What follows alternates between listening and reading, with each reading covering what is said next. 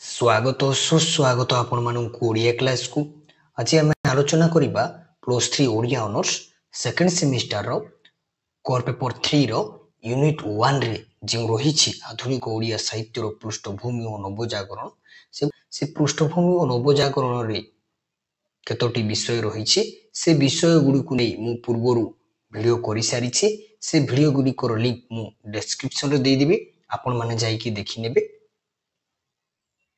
वीडियोटी भल लगिले शेष में लाइक करेंगे, सब्सक्राइब करेंगे, अधिक अधिक मात्रा सांग साथी मानक शेयर करेंगे।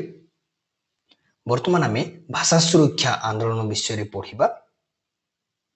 ओडिशा इंग्रेज सरकार अधीन रहिबा परठारु ओडिया जाति क्रमशः दरिद्र होई आसुथिला। ओडिशा को जेतेबेले इंग्रेज माने अधीन नहीं शासन करने को आरंभ कले सेतेबेले ओडिशार जनजाति दरिद्र सम्मुखीन हेबाकु लागिले। 1866-67 ख्रीष्टाब्द नौंक दुर्भिक्ष तार मेरुदंड भांगी देइथिला। 1866 आ 67 ख्रीष्टाब्द बेलू एक दुर्भिक्ष देखा देइथिला, ताहा नौंक दुर्भिक्ष नाम परिचित। ए नौंक दुर्भिक्ष ओडिशार जनतांकर जीवनर मेरुदंड भांगी देइथिला। ए नौंक दुर्भिक्ष कौन? तत्कालीन समय रे पुरी राजा थिले दिव्य सिंह देव। तांकर राजत्वर 9 अंक अर्थात नवम वर्ष रे ए दुर्भिक्ष देखा देइथिबारु एही दुर्भिक्ष 9 अंक दुर्भिक्ष नाम परिचित। से तार पूर्व सामर्थ्य फेरी पाइबा पूर्वरु ओडिया भाषा लोप पाई होई आसुथिबा चक्रांत ताकू आहुरी एक बलिष्ठ धक्का देइथिला। इंग्रेज मानक शासन जोगु ओडिशार जनजाति दरिद्रता हेबाकु लागिले एवं 1866 रे नौंक दुर्भिक्ष देखादेला।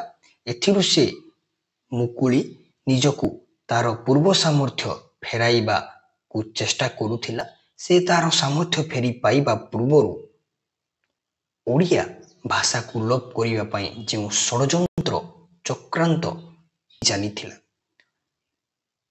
यह ओडिशा एक बड़ शक्त धक्का देइथिला।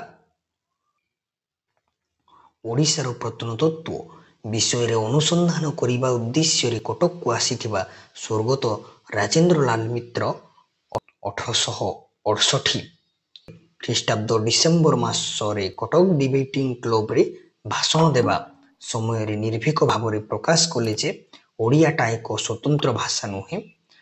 ओडिशार प्रत्नतत्व विषय रे अनुसंधान करने को कटक को आसीथिबा स्वर्गत राजेंद्र लाल मित्र कटक रे 1868 ख्रीष्टाब्द डिसेम्बर मासरे डिबेटिंग क्लब रे एक भाषण आयोजित होइथिला। से डिबेटिंग क्लब रो भाषण देवा समय रे राजेंद्र लाल मित्र निर्भीक भाव में प्रकाश करिथिले जे ओडियाटा एक स्वतंत्र भाषा नुहे। तांको मतरे ओडिया भाषा मूलबंग भाषार एक उपभाषा केवल। तांकरी मतरे ओडिया भाषार मूल हेउछि बंगला भाषा एवं ओडिया भाषा बंग भाषार एक उपभाषा। जो केते जन नीच मनोभावपन्न बंगाली ओडिया भाषा लोप पाई क्रमागत चक्रांत करि आसुथिले सेमाने यहा द्वारा उत्साहित हेले। कटक डिबेटिंग क्लब रे राजेंद्र लाल मित्र जो भाषण देइथिले ओडियाटा एक स्वतंत्र भाषा नुहे, एथिरु केतेक नीच मनोभावपन्न बंगाली उत्साहित होई ओडिया भाषा लोप पाई जो क्रमागत सेमाने चक्रांत करि आसुथिले सेमानंकु आहुरी उत्साहित कला।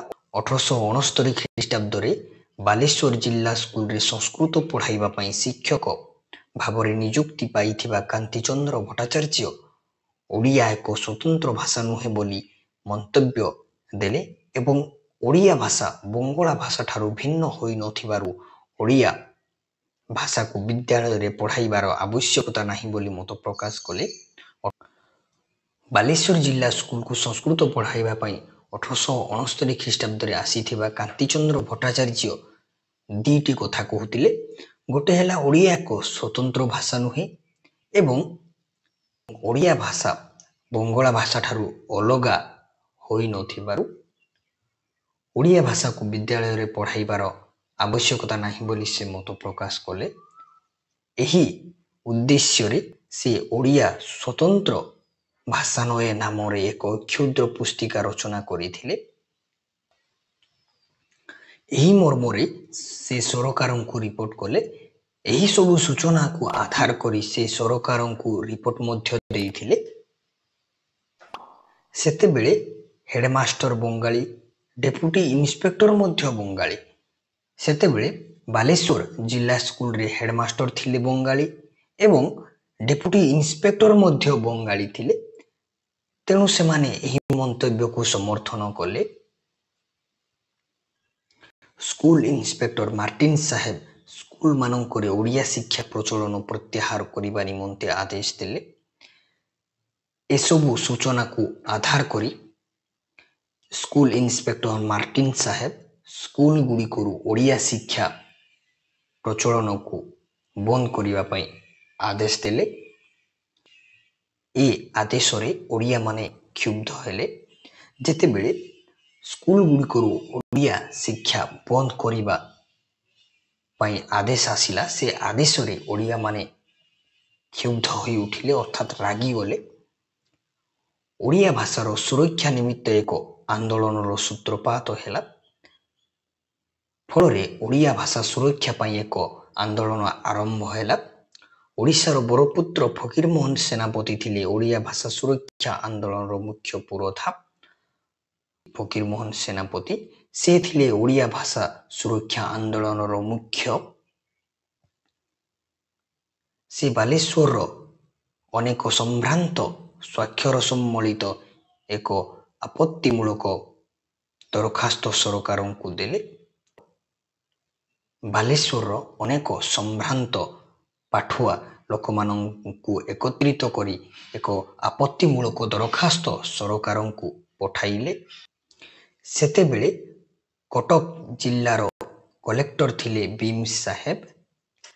ଫକୀରମୋହନଙ୍କର ବିମ୍ସ ସାହେବଙ୍କ ସହିତ ପରିଚୟ ଥିଲା। ଫକୀରମୋହନଙ୍କର ପୂର୍ବରୁ ବିମ୍ସ ସାହେବଙ୍କ ସହିତ ଭଲ ସମ୍ପର୍କ ରହିଥିଲା। ଏହା ପୂର୍ବରୁ ବିମ୍ସ ସାହେବ ବାଲେଶ୍ୱର ଜିଲ୍ଲାର କଲେକ୍ଟର ଥିବା ବେଳେ ଉତ୍ତର ଭାରତର ଭାଷାଗୁଡ଼ିକରେ ନୁହେଁ, ଗୁଡ଼ିକର ଏକ ତୁଳନାତ୍ମକ ବ୍ୟାକରଣ ପ୍ରଣୟନ କାର୍ଯ୍ୟରେ ବ୍ୟସ୍ତ ଥିଲେ ଓ ଫକୀରମୋହନଙ୍କ ଠାରୁ ଏ କାର୍ଯ୍ୟରେ ବହୁ ସାହାଯ୍ୟ ପାଇଥିଲେ। ଯେତେବେଳେ ବିମ୍ସ ସାହେବ ବାଲେଶ୍ୱର ଜିଲ୍ଲାର କଲେକ୍ଟର ଥିଲେ, ସେତେବେଳେ ଉତ୍ତର ଭାରତର ଭାଷାଗୁଡ଼ିକୁ ନେଇ ଏକ ତୁଳନାତ୍ମକ ବ୍ୟାକରଣ ପ୍ରଣୟନ କରିବା ପାଇଁ ଚେଷ୍ଟା କରିଥିଲେ। ସେତେବେଳେ ଫକୀରମୋହନଙ୍କ ଠାରୁ ସେ ବହୁ ସାହାଯ୍ୟ ପାଇଥିଲେ। ଫକୀରମୋହନଙ୍କ ପୂର୍ବୋକ୍ତ ଆପତ୍ତି ସମ୍ବଳିତ ଦରଖାସ୍ତ ଉପରେ ବିମ୍ସ ସାହେବ ଓ ରେଭେନ୍ସା ସାହେବ ଓଡ଼ିଆ ଭାଷାର ସ୍ୱତନ୍ତ୍ର ଦର୍ଶାଇ ଦରଖାସ୍ତଟିକୁ ସରକାରଙ୍କ ନିକଟକୁ ପଠାଇଦେଲେ। ଫକୀରମୋହନ ଏବଂ ବାଲେଶ୍ୱର ଜିଲ୍ଲାର ସମ୍ଭ୍ରାନ୍ତ ସ୍ୱାକ୍ଷର ବ୍ୟକ୍ତିମାନେ ମିଶି ଯେଉଁ ଦରଖାସ୍ତଟି ସରକାରଙ୍କ ନିକଟକୁ ପଠାଇଥିଲେ, ସେ ଦରଖାସ୍ତ ଉପରେ ବିମ୍ସ ସାହେବ ଓ ରେଭେନ୍ସା ସାହେବ ଓଡ଼ିଆ ଭାଷାର ସ୍ୱତନ୍ତ୍ର ଦର୍ଶାଇ ଦରଖାସ୍ତଟିକୁ ସରକାରଙ୍କ ପାଖକୁ ପଠାଇଦେଲେ। ସ୍କୁଲମାନଙ୍କରୁ ପ୍ରତ୍ୟାହୃତ ଓଡ଼ିଆ ଭାଷା ସରକାରଙ୍କ ଆଦେଶ ବଳରେ ପୁନର୍ବାର ପ୍ରଚଳିତ ହେଲା।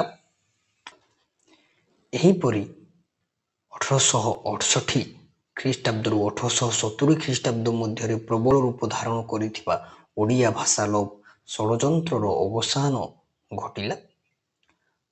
1868 ଖ୍ରୀଷ୍ଟାବ୍ଦରୁ 1870 ଖ୍ରୀଷ୍ଟାବ୍ଦ ମଧ୍ୟରେ ଭୟଙ୍କର ରୂପ ଧାରଣ କରିଥିବା ଓଡ଼ିଆ ଭାଷା ଲୋପ ଷଡ଼ଯନ୍ତ୍ରର ଶେଷ ହେଲା। ଭିଡ଼ିଓଟି ଭଲ ଲାଗିଥିଲେ ଶେଷରେ ଲାଇକ୍ କରିବେ, ସବସ୍କ୍ରାଇବ୍ କରିବେ, ଅଧିକରୁ ଅଧିକ ମାତ୍ରାରେ ସାଙ୍ଗସାଥିମାନଙ୍କୁ ସେୟାର କରିବେ।